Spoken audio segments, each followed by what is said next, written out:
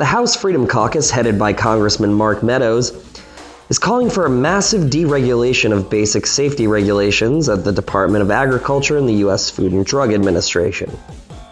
In a report released December 14, 2016, titled "The First 100 Days: Rules, Regulations, and Executive Orders to Examine, Revoke, and Issue," Congressman Meadows lays out a vision for the United States without basic health and safety protections for U.S. consumers.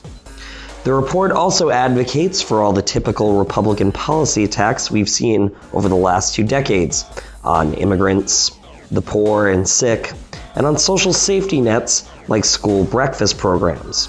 But what struck me as I read through the proposed cuts to common sense regulations around our food safety was just how far Republicans are willing to go to harm poor and middle class Americans in the name of tax cuts for the wealthy. We're talking about removing food statutes ranging from U.S. safety inspections of U.S. beef, fish, and vegetables to removing the rules that enforce mitigation strategies that protect our food against international adulteration.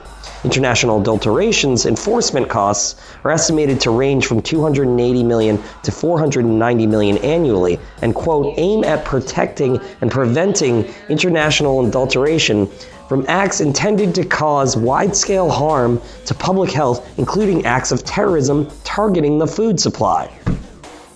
Most Americans would agree this is exactly the kind of regulation we need to keep in place, especially as we continue the global war against terror.